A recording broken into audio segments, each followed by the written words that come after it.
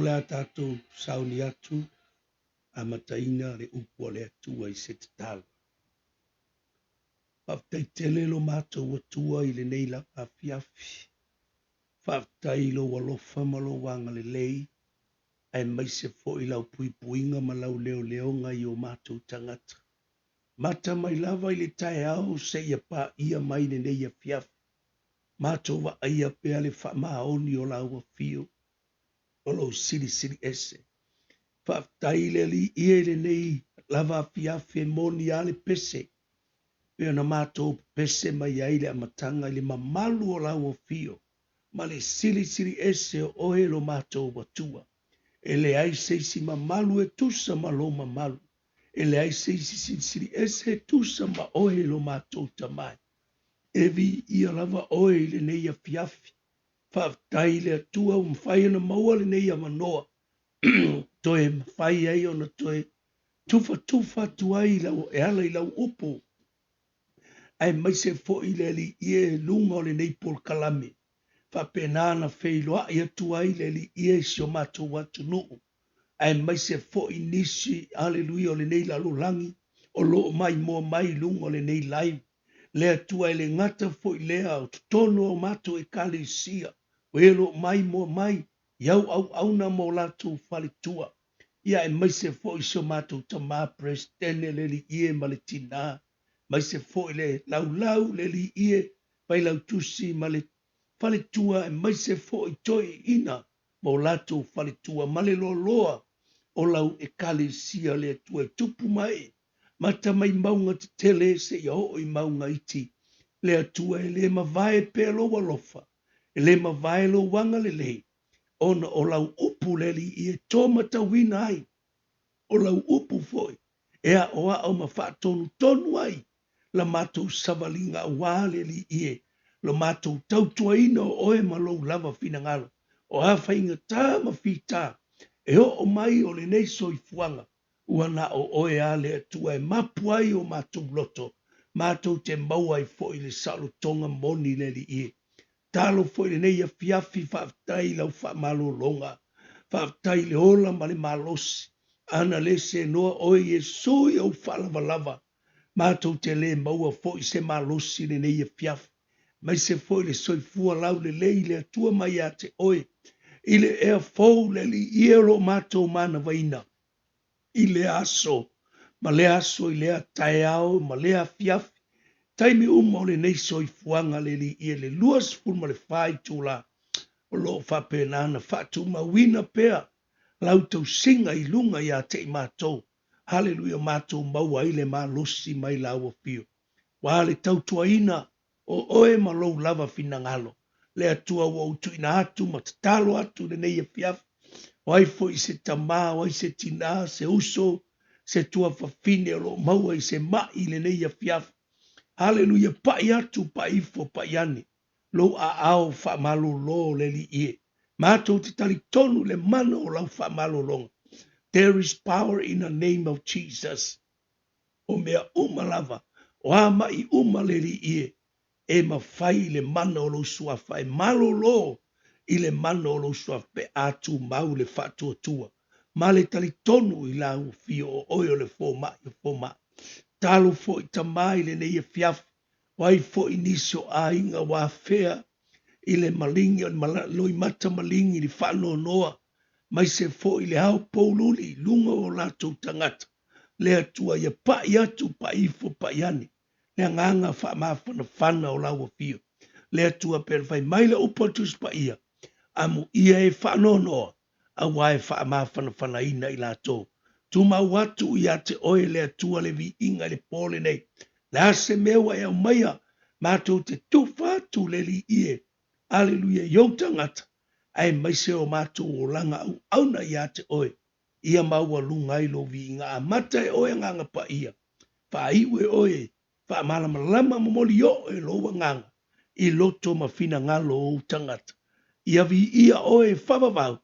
Fo ia te oe lo lava vi inga I leo noe lo suafu. Amene ma amene.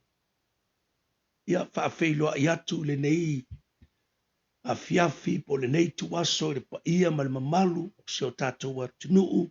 ia e maise fo'i sunga i whaafengainga mo lato whalitua, ia le ngata fo'i lea, maise fo'i le tama presidene ma le tina taitai, ia e maise fo'i le whailautusi ma le whalitua, ia ma le loa lava tono e kalesia i nei tama ma nei tina, ia le ngata fo'i leo toi ina fo'i mo lato whalitua, haleluia e whapena na mai mo mai, le ia fia filungo le nei live, ia ai fo'i se tangata o loo sila mai fo'i matangtanga i mai, ia e maua lunga le vi inga o le atua, le a ao whaloa lolo tātou tamai, le ua mawhai e na maua le nei avanoa, ia e toi share atua i fo'i ma, pa malosi atua i fo'i le e ala le upua le atua, wa e le aia seisi malosi o tangata, a le au noa ma le afionga le atua, ia e alu wa uma le malosi, e alu wa uma le poto, ai whaafitai le atua, lo tu wa noa mai le afionga le atua, ai maise fo'i le atua maana fuafuanga mawalulunga, mea fo'i le tupua e si anganga whaafitai, ma si anganga fia, i le nei fia ono lo maua pe la vano, ia lo tonu fo'i nei fiafi, o lo maua pe, o tou le sulo le tino i le manui o le atua, haleluia le anga le leo lo tātou matai sili o le lang, ilana tausinga i lo tau soifua, mai se fo i le ngata i le tino, e mai se fo i le tūwha le nganga, wha whailo i at fo i wō me maasani, pe ona sila mai fo ia, e le ngata fo i lea, wai fo i se uso si tangata, o lo tau sa ili lava se mea, whawhanga ilo na ngang, ia pe ona intangtanga i mai le neia fia, ia i te vili mai lava e, mawala usota inga, ia mata watu fo ia te oe le tūlanga, mea e whaapena na whai ele ngā luenga le tu, pe whai ele sauninga i aso sa uma, ia tātou te maafutai, ia tonu fo ia isi whamanianga le tua, e tu whatu ia te oe, ma whaamala malama atiri ai, longa ono le teimi nei, te leo tangata, o lae tā pua i leri, ai la tau te leo malama lama, lo tā pua i malele i loa, langa o le tala atu spaya, e se le iloa, e se le talia, ai o te whaafitai le atua peo na vele nei taimi, tala noa atu, ia te oe o le uso, oe atua fine, mai se vole ta mama le tina, wale lo se o tātou atunu, tupu mai, ma ta mali, ia o topa, ia foi mo tau sa, o le au le o iai, ai manai o le pa, ia o le atua le nei e fiaf, peo na tātou whaangolonga le vi inga o le atua, ma malu lava le atua i mea uma, e ma malu foi le fiaf le nei, e le ai seisi ma malu, e whaata ua ai ta ua, i le lalangi nei, ua na o le ma malu au le atua. Le tio foi a mai e le atua lo na alo e totas, o Yesu Keristo, e ma liu lungo le sātau, ina ia tau aloa i o e tau aloa ia, po le ale le mata ngō fio le lalangi nei, ai ale ai le suafo Yesu, e ta lia i tutonu o tātou lo, o le mamalu na e alu alua uma, ai lela uta watu i ate oe, o le taunu unga le mamalu na, e le alu le ola e whapavau, e alu i se ole e whapavau, ai o te whaafitai le atua, pe na tātou, whalongolongo pe le aso ma le taimi, i le au mainga o le opua le atua, ia e loa ma owi loa nei e fiaf, e le o au mai fua le afionga le atua, te lofa mai tara tuspa ia mai e manuia le mea e tau nuu iai, e manuia fo le mea luatu iai, o ai la tau te mananao, ma talia le afionga le atua, e whamanuia e le atua, e le ro tangata la le a vele fe au le tangata e ona tonu wale fe au,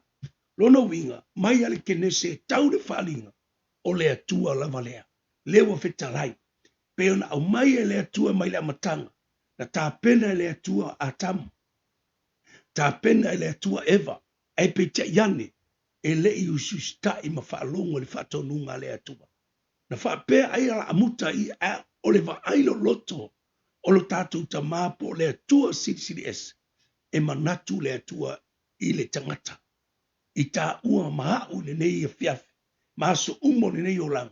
La se mena saudia le atua, a lena tā pena le atua, e mai na whanau mai le pepe o le kiusibas, se ia wha solo mai lava, se ia o aina sau e maliu, pepe la lena maliu, le fo la tātou tā pena tui mo nei tau sang, i le aso na maliu ai Yesu.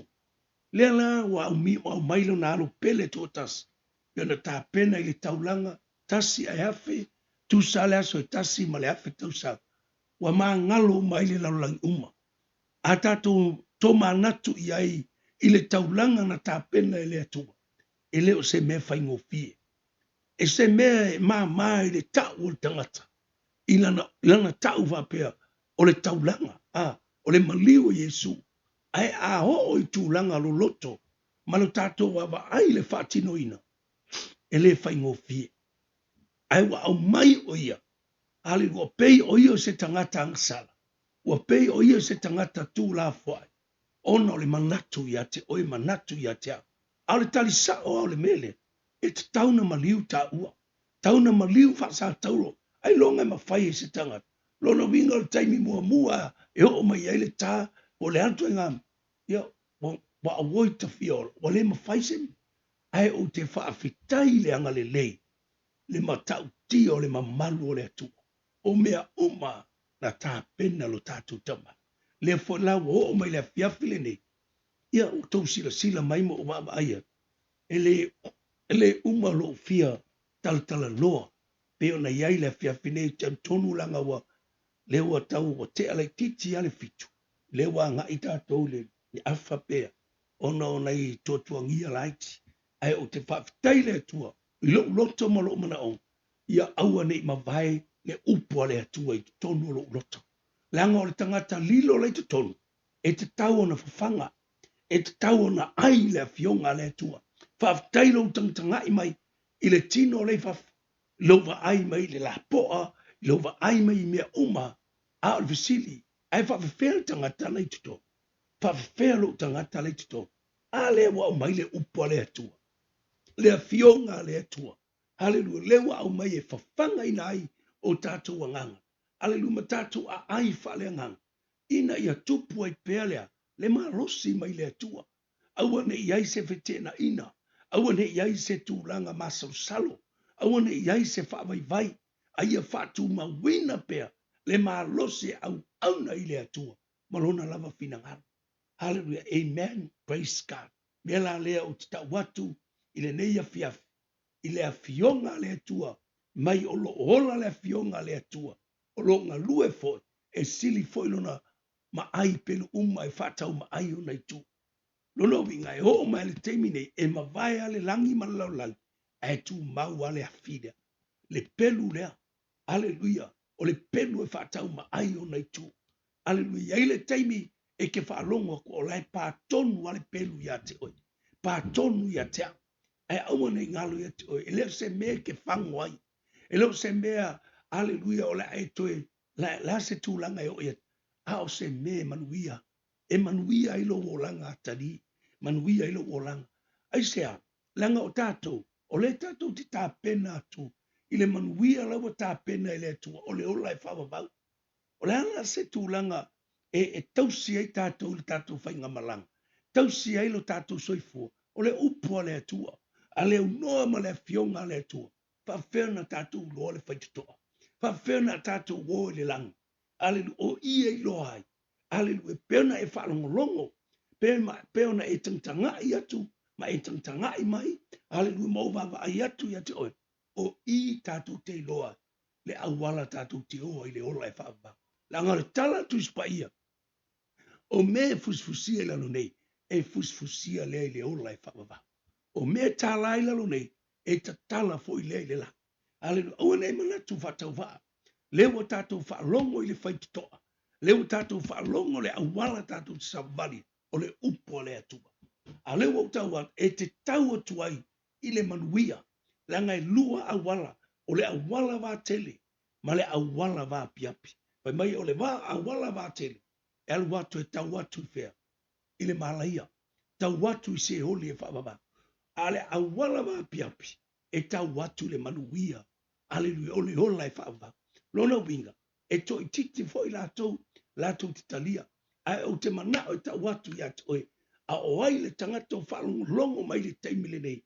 I lo tau watu i ate oe. O le whaalotanga. Tau watu le fionga le atua. O se whaamalosi le mo oe moa. Hallelujah. Aua tātou te whawai e whalongolongo. Hallelujah. Te tala i ai lau whalongo. Te tala i ai o mata whaleangang. Te tala i ai mea o lau tangata. Hallelujah. Aua ni tāpunia se whaitutoa. Langal tala tu ispa i olo tu ai e suma. Tu. Lai tu i atu. Hallelujah. Oi se whaitutoa o te tala mai. O te alu atu ma te tali sua vatasi mai. Esere maa naia. Peno vai atu. Hallelujah. Wa ma vaile ma liwo Yesu. Ai o lea tātou te whamana tuina. Aisea, ona o tūlanga mau tutu. O tātou i loa ile manuia o lea tua. O se manuia e tū mau se i o le whawabau. E le mawai le manuia lea. Peo no tau watu i ate oe. Ile nei tai hao, ile nei tuas. O se manuia mo tātou e le ngata. Ile manuia whaleangang. Ile ngata fo i manuia le tino. Ale manuia whaleangang. Lona winga. Ua tele whaamanianga, mea tonu a le mana o ile atua. Ina ia whaasavali ai tā ua, ma ia tai loa ai, le fina ngalo le atu. Lei fo ila se mea leion tātou whano noa. Lei fo se mea leion tātou toi tu fisili. Aleluia, o hafa inga tā mati, ma puapua ngai o mea te oi, o oio le atali o le atua, o oio le whapine, wa e malama i le fionga le atua. Aleluia, e tela ngona foi, ilo loto lea. Le mamalu ma le sisili ese o letu. Ile tusi la leana o fayatu sho watali le tu le masini. O le tusi la Filipi. Filipi mta upe fai upe sfuru ma le tonu. E tasi al fai upu leo te mana o te fia tala loa. A tonu anai te sila fia le mau e le ai masisi e le iloa. Aleluia. Ai e te le se tulanga manui o le atua. O lo toi au mai ai se whanunga whaleanganga. Ina ia tātou toe tilo ai ila tātou savalinga. Aua nei ngalo ia te oe e le pa ufua lea lo malos. Aua nei ngalo ia te oe o i lau savali, e o i au me fai, e o i lau tautua i lea tua, e o i mea oma e te whaia i lea tua. Praise God, o le whamanianga lea. Pai mai Paulo ia Filipi. Filipi mta upo fai upo sumatu. O te mawhaia mea umalava ira, wha malo si mai o ke riso i atea. O te mawhaia mea umalava, ile wha malo si mai o ke riso i atea. The Bible said, Philippians chapter 4 verse 13, I can do everything through him who gave me strength. I can do everything through him who gave me the strength. O te mawhaia me umalava, ile whaamalo si mai o ke riso i atea. Hallelujah. O se manatu au tu o te fia talanoa tua i ate. Ia i loa le manuia o le atua, ina wa e whaatino ina. Amene. Ia e loa le manuia o le atua, ina wa e whaatino ina. Lea se whamanianga le atua wa tupu i tu tonu o lo loto. Lea foi se whamanianga le atua wa tupu i tu tonu o lo. O ani mele leo nai te manao e te fia au na i le atua. Oka se vi inga o le atua. Lona winga tau mai a te oe. Aua e te toi tu ua se mele lei. Praise God e manao le tala tu spea peona fai mai pauru. O ke mawhaia me umalava i le whaamalo si mai o ke riso i atea. Lona winga o mele lei uma i a te oe wa e fina ngalo e te au na i le atua. Aua te whaavai vai. Mea umana e ave vi i a i le atua. E o i lau taulanga, e o i lau fawai, e o i mea ke whaia, praise God, e ke leko e fisilingia, hallelujah, pe manuia pele, leo au tau atu, leo fai mai Paulo, ia Filipi, o te mawhaia mea o malawa ila, whaamalo si mai, o ke riso ia tea, hallelujah, te waaila i tātou le mānaia, o le whai upu lea Paulo, ai se ala mea o tau tala ile au na lea tua ia Filipi, te lofa mai ai fai tau ele mata upu le tala le al tuspaia. Glory to God. Fai pois fulu o fi fai tau in. A ua o fia tele le li. Wa ona pone ua toe tupu mai ai. Lo o tou mana tunatu. Mai a te au. Sa o tou mana tunatu fo i ai. A ua le maua o tou se ala. O te le fai atu ona o le mativa. Wa o ina hau. Ia tofi le mulo loto. I mea wa ia te au. Ua au iloa le mativa. Ua au loa fo i le mau oa. Oi mea umalava. O te iai ma mea uma e o ia tea. Ua ao o ina ia o ma ona. Ma o fia ai. Ia faula ia i mea. Ma ia onge mea. Ma mailo ma fai suma tonu. O te mawhaia mea umalava. I le wha malusi mai o ke riso ia tea. Ai ui lava i lea. Na o tau anga le lei. Ina o tau alolo wha mai i lo puapua ngā. Praise God. O tau loa foi. O tau Filipi. O le amatanga o le tala le lei. Ina o tau aluatu na i Makedonia. E le aise e kale sia na alo wha mai ia tea. Ile mata upo le foa. Mai maletalio mea na o tau lava. Oh, praise the Lord. A wafo. Hallelujah. Ao i Tesalonia. No to avatu mea no o mativai. Ua atu lasi. Male atu lua fo. E leo ina wa o sa ili se mea lofa. Ai o te sa ili se fua e atili ai. Ona tau le leia o tau. Awa ia tea umea uma tele lava. Hallelujah. Ua atoa mea ia tea. Ina wa o maua ea o maia e faroti. E pa faroti. O mea mai ate o tau. O mea manongi le lei. O le taulanga. E talia ma le maalie i le atua. A o loa atua. E fa atoa i ate o tau. O mea uma e mativa ai o tau. Amen. E tusa. Ma le faula i onona vi inga ia ke riso Yesu. Ia i le atua lo tātou tamā. Le vi inga e whabavau. Whabavau lava. Amine. Tātou wa aina le mānei o le shea mai le au auna le atua. Le wa au mai le na au auna. Pe wa tusi mai le na au auna i e ka le sia uma. Ma tangata whaolaina uma. Ma le whanau le atua. Ma i la tau o lo malama lama ia Yesu. E leo se me whale au ngaharu tu tau ti ngā i le atua. Mai la na tala. Hallelujah. Pau a leo le e ka le sia na. Hallelujah. Na lo fatu ya teia. Hallelujah. Praise God. Ile mata upu ole foa. Hallelujah. Ma le talia o mea umalava. E mai la ia. I te Salonia. Na o tau avatu mea na o mativai. Ua atu tasi wa atu lua. Hallelujah. E leo ina wa o sa ili se me alofu. Ai wa o sa ili le fue atili ai ona tau le leia o tau. Pa ai la tātou le mahanai o le fai upule. Pai mai Paulo o te leo sa ili se me alofu. Hallelujah. A o sa ili lea se fua ina ia. Tupu ai le tau le leia o tau ma tātou. Hallelujah. Le mahanai o le atua. Wa vatu le au na le atua tono on tangata. Le ase me olo ngā lue. Peno fai atu ya oe. Ile leia fiafi. Ile au tu ole mta upu ila tautala. Ia i loa le manui o le atua. Ina wa e fatino. Lua la me i o fai. Leo faali mai e Paulo i a Filipi. Le ngata i tu tono Makedonia. Ai mai se foi vea. Tesalonia. Ai fe mai o le kalesia le. Ele to tele ni tangata. Hallelujah. Mai e to titi. A o loto tangata i ena lato whaia mea. Oka ngaka o tangata o le manui o le atu. Praise God. Thank you, Lord. O se lui tau lea mo tātou. Le aingo o le atua. E maise lau keu siang. E maise i lato umo whalu o longo le fionga le.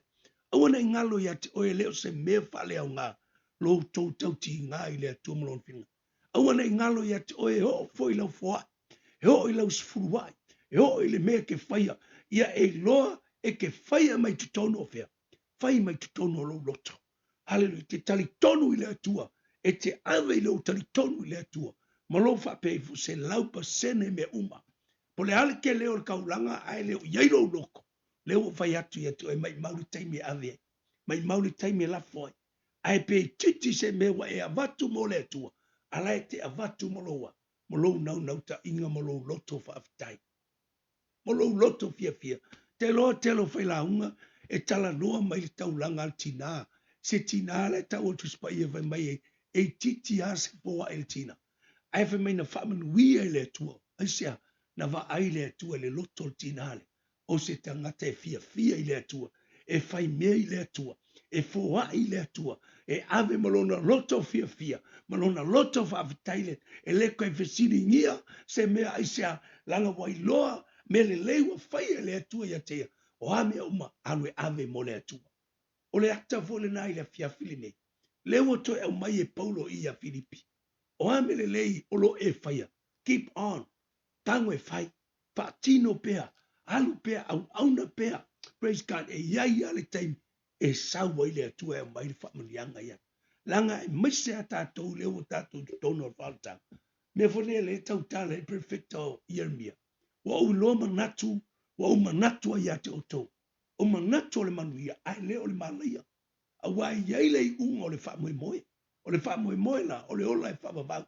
O i foi, a wana i ngalo ia te oe. Ke wai whapea, o le alu le ola e whau. E ke ka whau, e mai eva, lau whau maru e sa wapea o le lau wanu. A o le taimi o le atua. E tai le taimi o le atua, po le kaime i lia le pufau. Pea no whai atu, amu ia le au no lo ngalue pea. O lo whai pea le me fina ngalo i le atua. Pea no tau watu ia te oe, o mea uma ia na tā ue Paulo tu tonu Filipi. O le au nanga tangata. Le au na ma se wha vai vai. Hallelujah, fa taivo le tono fa longo le upo le tua ila sai le la unga so matu tinali pa le tua president o ta uhai sakai. Hallelujah. Mai na ha e sakai o lungo le la au. Malona manatu. Hallelujah. O ia na te loa Yesu. E te loa. Pau ale tangata na tusi ele limo Yesu. O Yesu. Sakai o sau lalo. I foi ai lalo. Ma le opa Yesu e te tau no iai lo fale la sone. Te le loa le nau nau ta inga le loto sa kai. Ai a tātou tu i se si tu. E iei le winga fale nganga o le hae runga. Te loa, o se whamuri yanga le mo tātou. Aunge o kako whaia se meilo kakoa, whamaua lunga i le atua. Aunge e mangaku wa pe o ua, se ke kasi alu. No, e leo le fina ngalo na le atua. O te mana o tau watu, na le tangata e whamaua lalo. Ai tātou le whetalainga Yesu. O le aso ale na whamanuia i sa kai. Ina wa ususta i sa kai. Saulo i lalo alu lo mai Yesu le whalo sa kai. O ina maua i sa kai o le whalo tanga. Hallelujah.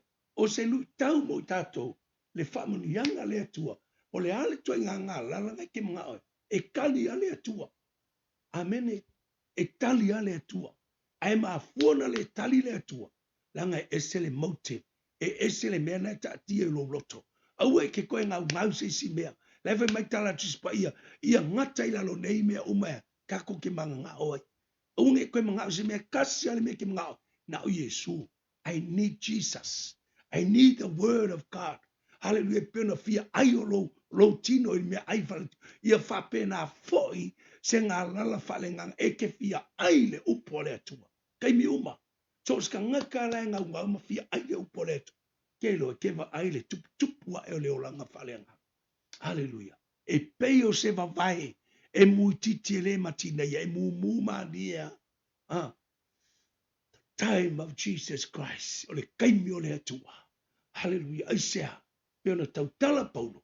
O ke mawhaia mea umalawa ia. Pāmalo si mai o ke viso. Amen. Mela le o te lu tau ma o faa malose atu ia te oe ke usiano. Ai maise se uso, sto fine, se tina, se tama. Ile upu o peona ta ue Paulo il pone. Tuso Filip. O ke mawhaia mea umalawa le pāmalo si mai o ke viso. Hallelujah. Ia i lore manuia o le atua. Praise God. Ina ua e whaatino ina. Ia i lore manuia o le atua. Ina ua e whaatino. O le kaimilangi a whai kere kania Yesu. That's your time. Mai Paulo le aso le nei. Tali le lei ai. O le aso vole nei a. E whaola ina ai. Aunga e ku ua wape se yo kai au po a whea. O le kaimi au le atua. O le kaimi sinikau. A whaiwa e la mona. Ale ngalo fama wala loa ma e tau tala ile atua mai fatu ese ile atua ale tau langa le wo fai ile atua i lungo Kalevaria wo fa fai mo fia na e kele koe pe o timer fai tuai mai o timer fai tuai na sa ili le manupeti mai e fasi le manu mai o le totola e alu man faitaulanga ale le leila le alu faitaulanga i tonu o le me pa ia man mesis mai e taia e le atua ale e le faingo fie ai fe mai o le taulanga na o se fiufio anga sala a le o tau atu o le mea a toa ale me le o sa wa Yesu le wa mali wa Yesu lungo o le satau mai tala tis pa ia wao fa pe lava ona lo fa mai o le atua i lalang o ia a wina mai ai na tali e totas ina ia le fano se ta se fatu tua ia ai mau e ia le ola e fa ai oi ke usiano ai oi haleluia tato uma so watu nu samo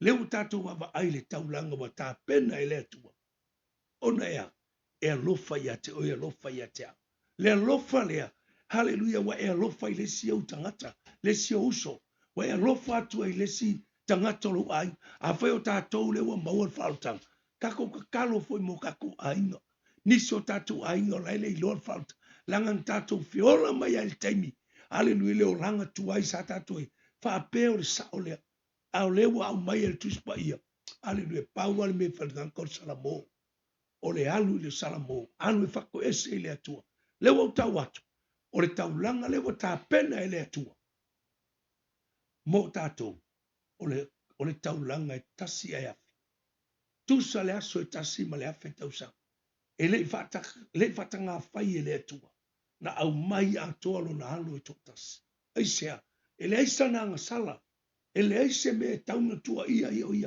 ai wa sau o ia pei o se polo wa sau o ia o tangata anga sala ono le alofa ia te oi la vea i mai oi se i mai oi tu tono le anga sala aleluia ai te tau ona pasa tauro i ta ua ma tātou anga sala aleluia le alofa leo le atua le la e o ma le teimi nei tātou te alo lofa atu e o tātou ainga o nai o tātou uso nai o tātou ta mama tina e le whaolaina e le talia Yesu fai mari va o mea uma ia na tau tala i Paulo ia Filipi na whaamanuia il te malo Paulo ale o ana tu singa uma ia mai e kale sia uma ia ka tusi mai tono fal pui pui e kusi ma le loto te malo ia iai seisi nganga e whaolaina ai ia iai seisi tangata e whaamanuia ai le la wau tau watu po hafa whainga tāpa mati ngai o mai ilo tātou savalinga le tātou te ia. Aua le ngalo ia toi, e le kula fo ia o ele atua. Hallelujah. E ia le mafo anga e mai ai o ele atua i le mea, tu ai o ele mea, se i whaali ali ai, le vi inga o le atua. E whai loa ai lo tātou atua, le tātou te au auna iai, o i o le atua te le. God is big. God is good. O i o le atua, whamaon. Aua le ngalo ia tu e whapea, eleva ai le tua o tātou mata. Hallelujah. O lo whātua tua la. O le kaiminge, you are a faith. O lo whātua tua ma lo whātua ka ke etai, ka ke ngai yoi ai, ka te ngalulue, wa e tari tonu lo loto, fai mai le upa le atua, hallelujah, o lo whātua tua ia te ia. Mai e uila vai naia, na e uti e ke ola, le upunga Yesunga, na whai le taimi na uti ai la sal. Mai e whai atua ia Maria ma Marita. O au nei o lea, toi tū ma le ola. O le whātua tua mai a te au. E ui lama ina o ti ai ola pea. Aleluia. O le upu whātua tua. Pea na i loa i nei a whiawhi. Lai tau tala e tuspa ia. O le winga o le whātua tua. O le whalango lango le neo whamoi moia. O le mauti noa lea o mea e le vaia. E ke le i loa le o le whamavau. O le kako ke le i oa. Aua e whakua kua. Ua umana tā pena e le atua. Ai va ai le kusho Yohani. Yohani mtau sumal fave mua. Ma le lua tolu ngai tala mai. Te ia kau le ongo. Wa unei o le ala upumoni. Ma le ola ele mawhai. O na luatu se tasi tama. Pe ale ui mai a tea.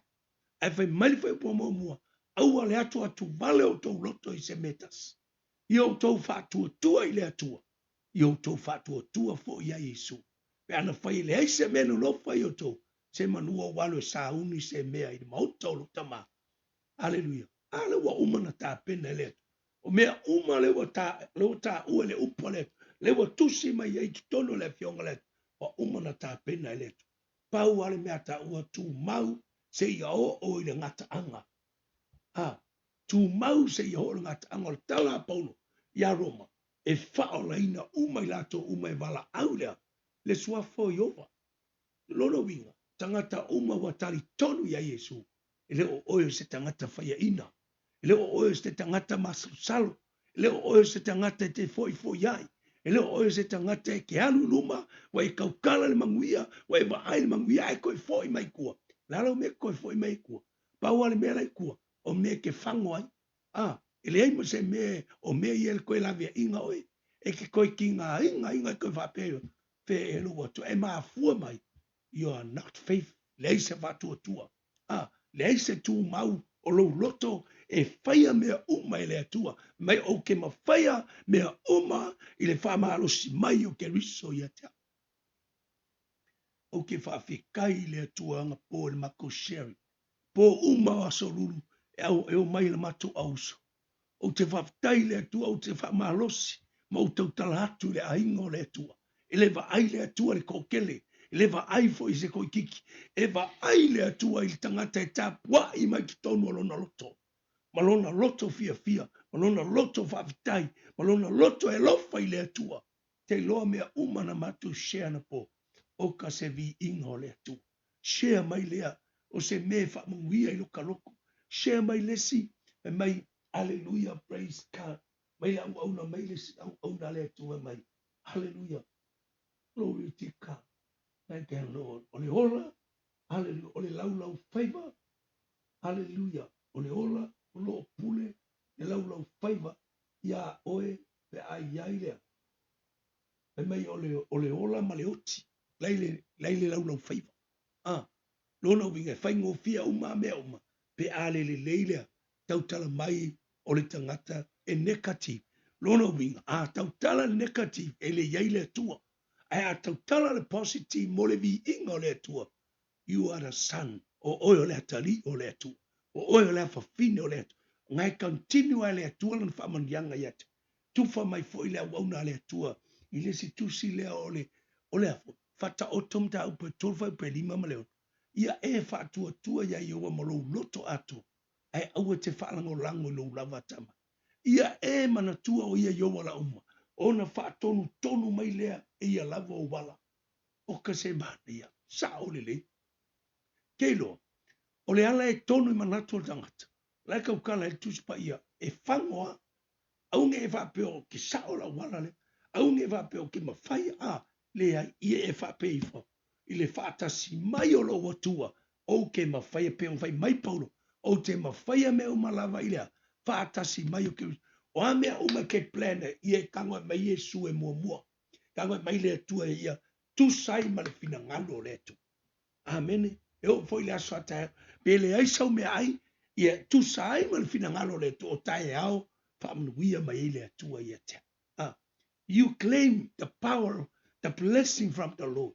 Ina wa yaila tali tonu mal fatu tu lo loto ile tu. Telo ole ana poto e tufa mai le sima fine papia. Ia elo fatu le li mo lo loto ato. Praise God, mai ia e alo fatu le ali e pei o oi lapa. I alo fatu i lo tua oi. No ma fo faure vapea. O tu la fono fa aulo i a Israelu i le teimini tala noa mai le tua i a Israel. O tu la fono momua. Ia e alo fatu le ali lo o tua mo lo loto ato. Lo wanganga ato mo lo marosia. Lona lua. Ia e alo fatu le lo tua oi e pei o oi la. Pau ai o tu la fono fa aulo. Na tapu e mai ai Israel. Tangata na latu fatua tua matali tonu. Iai Abrahamo, iai Tavita, iai Noa. Hallelujah, sei fa solo mai lava fa manianga leto. Leo o mai teimi, leo fo lava. Tato wawa aie. Ile au mainga ele fionga leto. Ile pepelo leto. Amen. Te lora. Lo o nai fa lau. Share mai le upo leto. Praise God. Au mai lava se fa manianga. Hallelujah. Wo fa pe atu le tua. Fa fitai le tua o nola na upu. No fa yatu le au sona po. O mea uma ia o tau tala noa mai. E maua lunga le vi inga o le atua. E le ngata i le o se lu i tau lea. I lo ta loto au na i le atua. mea uma ia fai mai tala le atua, fai mai tu spa ia, e te tau na ta au na i le atua, i mea uma o hawhai ngā tā, o ati ngā, o amaftiang, a te au na, praise God langa, o tofu tofonga i, e tofu ila ta au nanga i le atua. Langa lai fai mai a kopu, amu ia le whao so soina i tofu, amu ia le tofu ina i whao so songa. Mai a, e maua ia le palo le ola. Te loa ke usiano ma le aingo le atua le nei apia. O whae atua na po le manu i o le atua. O le taimi nei, pau wale o le mewa ai mei le atua o tatou loto. Po o hale tele o mei o tatou lima. Po le hale matanga o fie o tatou fale ma le leo mea uma. E tasi ale mea fia wa ai mei le atua o tatou loto. Ka kou ke whaia mea uma i lo tatou loto wha mawa lalo i ateia. Ma lo tatou loto fia e te au nei le atua. Amen. Hallelujah. Te loa. Whaamanuia lo ta lotana. O le taimi na halu le vi'i. Oh, thank you, Lord. Sa o ale mānei, e se le mānei o se ainga o le atua. E tala noa i le swafa Yesu. Hallelujah. E whala talata i le atu. Langa tala na tispa ia. Au tu mei a kopo, i o tau whala talata mai a te ia. Ona whala talata mai leo ia i a te o tau. E le mawhaila ana rangona le atua lau whaiat. Pea le o oio se tangata tatau. Whaftai le upua le atua i lau whaitau. A le wau tau watu. Po le alo whaitau. A le au noa mali tatalo. A le au noa mali angapon. E le o oio se tangata marus. Te loa tala voi le whai mai. Hatu a Yesu. O la emo moe ala na uso. Mai na whawhangu e Yesu. I o tono no whanunga tatalo. Ne yo o mai whao songa i a te o tau. Le ngata le whai mai Yesu. Ia tatalo so. Aisea, na le winga o le whamatana. Ona lailo le leia Yesu. Fai ngō fianga o so wha e. Whawhita uni le wari ia. A laina o le winga o le whamatana. A whai anga le moe. Nga le pāsi e ki Apolo ia. Fai ngō fia. Nga uma le kua. Fai ngō fia mai wa uma foi. Loka ngaka kere koe sau melea. Ok. Ma fua mai. Langa o lai moe anga le moe le. Le va ai le upua le atua. Le kakalo i le atua. Le mafuta i le atua. A leu au tau atu. O mea uma ia. Leu fai mai ei paulo le fiafi nei. Le upa le atu au te mawhaia mea umalava. I le whaamaru si mai o keus. E ka pu e lau savaringa. Ia e loa e o i whainga ka. E leu o iska ngaka ia. Whai ngō fianga e whawai vai. A e alu to tono maftiang. E leu o iska ngaka e furitua. E leu o iska ngata e koe kepa i kua. Au kako loa le mea o iska ngaka e koe kepa i kua. A o oil tangata with the farmers. Aisea, langa le mele fina ngalo ile tu. Hallelujah na mana ole ia Yesu ilo nauso ko anga kakalo. Langa o kai mi tonu la valea. Ole a fea ngai e Yesu ma fa so songa. Hallelujah fea ngai ma ia ile taimi ole a o ai e popo nga. Hallelujah pawa le me ngalo ile li o Yesu. Na le tatalo malana pong. Le wo ta watu ia ole au penga le na te sha. Lanse me whainga kāia ke, a whai ele whainga kōse mea, whainga kāia ke, ngaro kakalo amaranga pong. Leo lau tau sao tua, o se tang, o loka ngaka, o se ngaka makua, ka ilo whai ai maruanga, i vai kaimia pe kusa malau ai marua. Ma le ingu pia, ula, hallelujah, ke unga ula, ma ala ke au, ai ke ilo ngai whai lau tala ka ilo pe mawhai.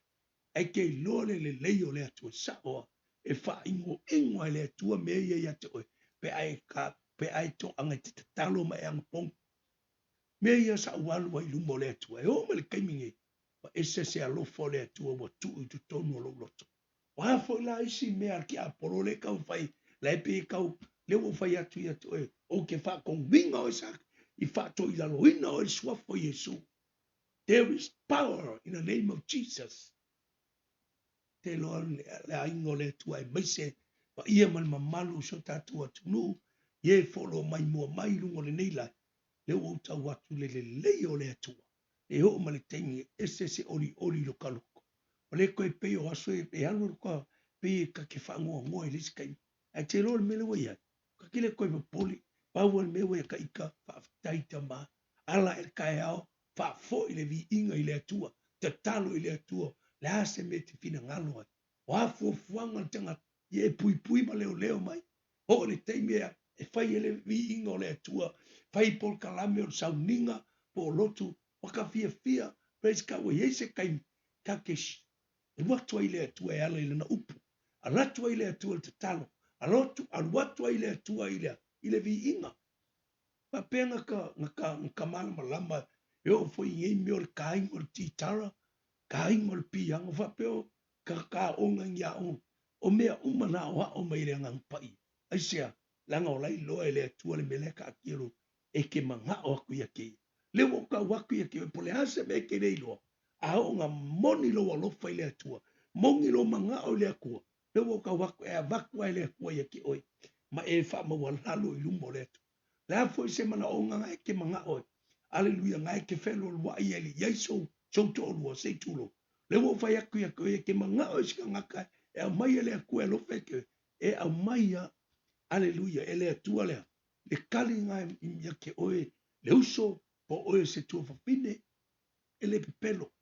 Aisia langa lai loa le tua o ia o oiolo na tari o oiolo na fine ia awangi fango e au mai sa o ala le kua kalaka e fea ngaima ma oi pe a fe ngawa ku mua oi le tua me la le fe mai tala just baia i ne fia o ke ma faia me o malava i le fa maro si mai o ke wis lo no ving kaulanga ave mua oi tauna tu mua ta ua lunga fata kaunga e kalia Yesu pai mari fao ngai mea uma e ki whalongo mai, e isi ape a wawa e kalia Yesu, e ke mara malama fo, e o ilau savali, e o ilau tautala, e o ilau vaai, mea uma e ke la longa le atua malona mamara.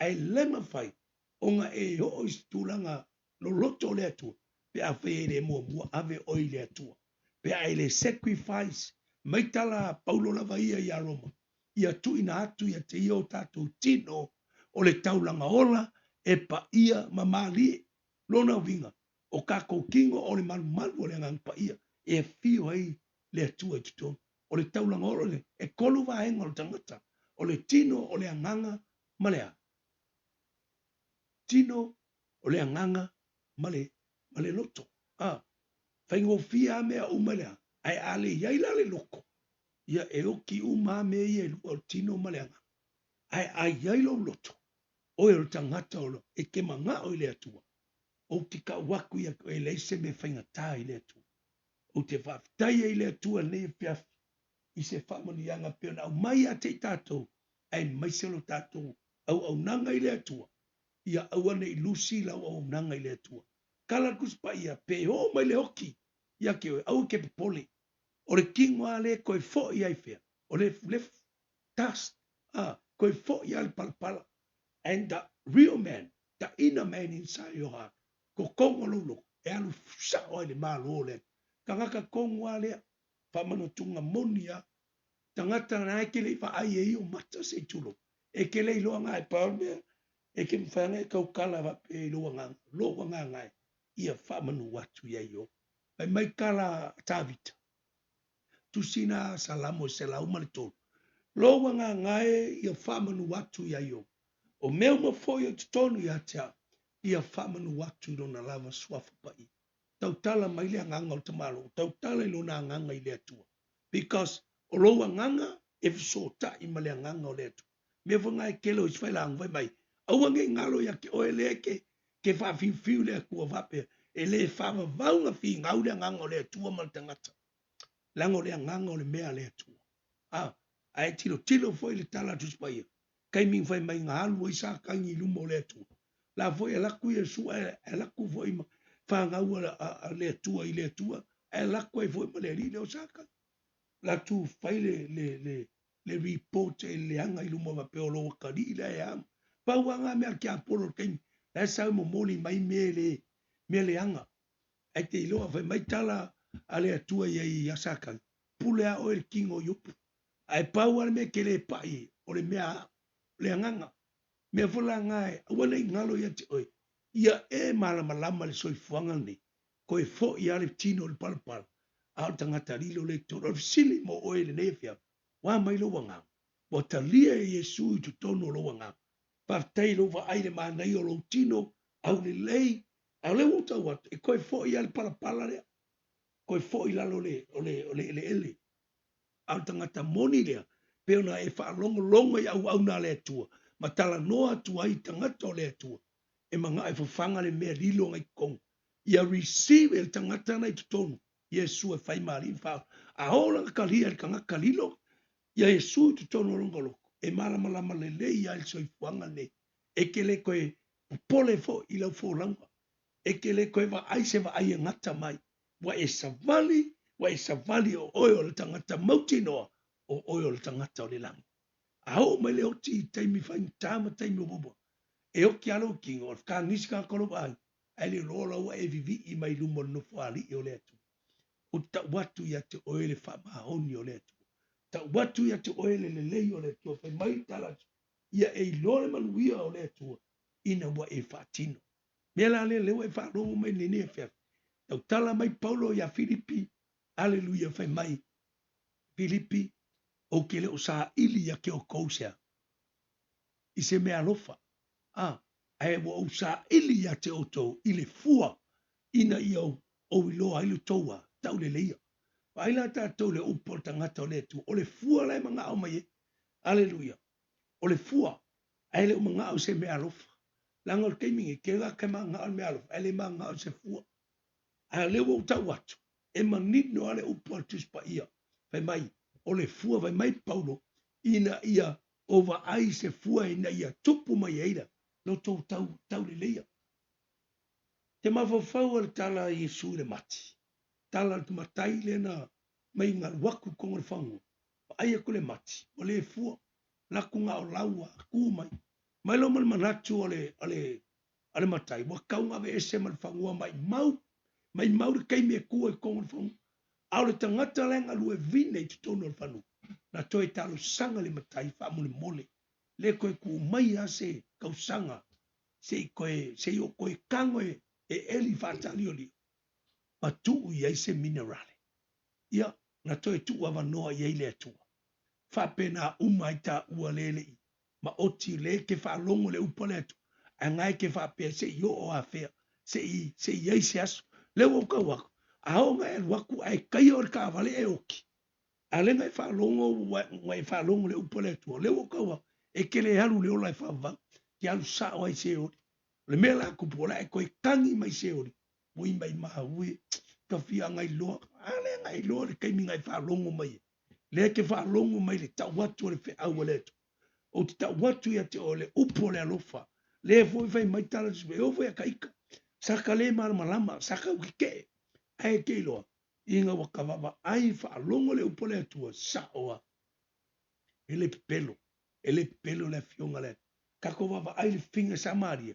Fai aku Yesua e se ale mele lai ui me fafi lai sauno nga wa lai lelo ngai lo uma Yesu le o langa al finge lai ola inga o fa pula inga lai Yesu matal fafi pe mai tala tus vai wa tu lai fafi ne lu mata mo e maka waku ka ngako le maro le o boy e le o le ke riso e le wa ia ta mai e te le o langa fo alu fafi nge mata o mai o lawa i le ke riso o ia tonu ai ka uma pai Pai leo Yesu, o le vai ngai ke umea kia, e ke koe fieng, a o le vai e ke vai mai o ke avaku ia ke oi, e le ngaka inga punga i lalungi, a o le ola e whawa. Te loa, me ka ua i lumo le kua, ia serious ia ke oila, le alofo le kua mar whaarukanga le waka kuieri. Kako wawa ai me ua kupu maa lor keni, le atunu umalala. E le koe mau se toafi le mu, o wa tau le atunu Amerika o maa lo kikele. Aleluia, ale tangata o le atua. Laia ke ia le file mu mai le atua. Whaakarikali le kaime ili mai ele pufa uma. Mai kara kuspa ia e mua hae la konga hoki. Oi le ali, ona whatoa a va e le oi la tona. O lo ola matatoe. A whaila e sausi kiang. O le ke ola. Oh, praise the Lord. O le vi inga wa e halu le maa lo le atua. Hallelujah. Wa e nunga le nufuali o le atua. Aleluia. Mai ea, e li ngai le vani monimo. Pai mai e whape nao na mafutai, le tamai ma moe, le whale tua le tamai ma le whato a whaiawa. O le whato a whaiawa, o Yesu, manana i kalesi. Umaro le fiti tausanga. Ia, o olo e teime o whamanianga. O leo mo tatou awa ai le kaimingi. Ai o se lu tau, au e ke popole i le tūlanga, le kaukala tu sa whaalinga. Al coming AP, be ready your heart. E ka penga ilo loko. Fa malusia i oe. Awa koe fa vaiva. Ke oe fa pera koe foi. Ke lor kaimi o kala kuspai. Ire kanga ilo Yesu ai koe foi kua. Mai ele koe mua i askaula. Ia o kanga ngā la sini ngai. Nanga laua i loa loa le manuia le tu ai koe foi. Yeah, I'm sorry wale ai lawa too late. E loa le kaimi o le unga. Ai o te whaftai e le atua le nei tupa. Pa ia ma le mamalo o tātou atunu. Mai se foi au na le atua o elo o lato. Whalongolongo mai mua mai. Tu sai ma le nei a whiawhi le whasoa to le upo le atua. O lau te talo ia wha. Penga ina pea lo tau soifua. Ia mai se pea le wha malo longa Yesu. Lo to o lau au na i le atua. Ina ia tu mau pea na wha manianga. Lunga ia te o tau ia mai se foi. So mato tai brestene. So ngai awi sone taito. Voice of Christ for Gospel. Ia o le mato o le ngoana le mato wharampima. Ono whawha. Iwa on. Tātou te mafuta ma tātou whiloa e. Ile aso sa. Ia whalau tele i le anganga pa ia le upu ia te oe. O le tātou whalango ina fori ma malu o le atua. Hallelujah langa o le tala sipel me iai le anganga o le atua. E iai fori manun sa o tonga. Ai o se upulu i tau lea mo i tātou. Ta pena ailo tātou wola au na atu i le atua manun fina ngalo. Ia lo fangia fo le atua lo tala au mai mo lo mai mua mai. Pa manuia tele le atua. Se o tātou atunu i maunga te tele. Se ia o i maunga iti o ai fo inisi o lo. Pa tau tolia i mai. Peo no tau watu wana o Yesua o ia o le fo mai o fo mai. Ia pa i atu le atua. Mai lo na mataina se ia o mai le whaiwin. Ia pa i atu lan whamalongo lan whamanianga. O oe i le nei po. Ai o le au te talo. E whai o le tātou maftanga. Hallelujah. Iova o aue lo mātou wa tua pa i ai. Mai Yesu ke riso lo mātou wa li i mo lo mātou whaolo. Mai se foi oe anganga pa ia lo mātou sosoan. E le mawai lava lau o fio li ta elo o mātou loto. Whaaftai le atua i lau upo. To e tō matau hina ai lo mātou wola au auna. Ma lo mātou wola tau tua ia te oe malo lava fina ngang. Peo na mātou whaalongo le li ia i le whe aua e au maia le pole nei. Nganga pa ia e te whaamala malama atiri. Te momoli atu i loto ma fina ngalo si o mātou watunu o Samo. O ai foi se tangata mai, o ai se tangata e le ma oti sana filifilinga le atua. Whailau upu le pole nei, ma pa i atu, ma hafe atu le li ie, tali sua malono fina ngalo le atua. I ona la ngona ai le pa ia ma le mamalu lau, ma ia whaia se filifilinga poto le li ie. Filifili o Yesu manua maualo na vanoa. Whaftai mea umale nei e fiaf. Whamanuia so mātou atunu o Samoa. Whamanuia nei ta māsi na sina ma nei tinasi. Lalo vaoa tupulanga matala vou. A inga leli i o Samoa. Mata mai maunga te tele se ia oi maunga iti. Whamanuia so mata mā prestene ma le tina. Ma le lau a fono i toi ina. Pai lau tusi ma lau te utupe i lato uma. O au na mo lato whaletua. Hale mai se fōra mātou pulenga i le east le atua. Whaafetai whamanuia le li ia Yesu. Whamanuia fo i le li ia nei polkalame. Nia le atali i fo na ia tāpena ina nei mas. Ia whalau tele oe mea uma. E ale lo whatasimai whamanuia le nei vaiasu. Le atua o mātou wala au ia te oe. I lau whamanianga peona te tala mai. I lau upu. Whai mai o te mawhaia mea umalama. I le whaamano si mai o lau fia. Whamanuia fo i le nei vaiasu. Whapenao na whaatino i nai. Le mato fundraising le li i e lau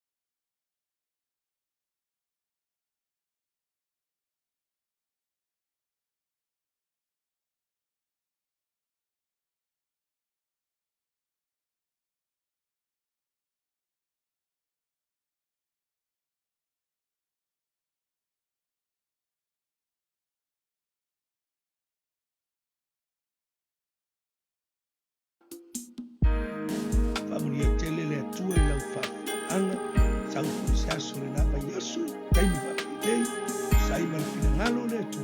Ia tātou te toi mafuta I fo I tātou te whaalongolongo fo I lana upu whaawina. Ia e watu ale mana onga lea. O le a whaia le astona I talatu tae au. Le papakiu le fundraiser le kalesia. Ia sumai I Otara lua tolu Clyde Road Otara. O le a whaia le papakiu ia tusai malo finangalo. Whaamanuia le atua. I lau foai tusai ma le finangalo le atua. Whaamanuia o mātou uma tātou uma. I le suafa Yesu. Amene ma amene. Ia. Ia le rito. Paamanu lusi. Awali faamai vai. Ewina mamau le ala.